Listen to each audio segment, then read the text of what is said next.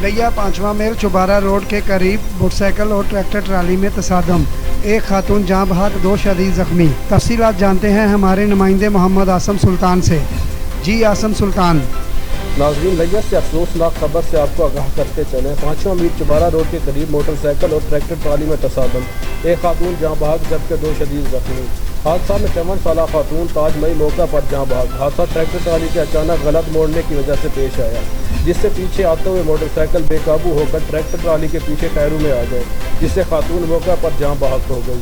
Rescue के control room को इतला मिलते ही रेस्क्यू की इमदादी टीम ने जहाँ बहक होने वाली खातून की डेड बॉडी और जख्मियों की इब्तदाई तबी इमदाद फराहम करने के बाद डिस्ट्रिक्ट हेडक्वार्टर अस्पताल लिया मुंतकिल कर दिया। आसम सुल्तान, आपका बहुत शुक्रिया।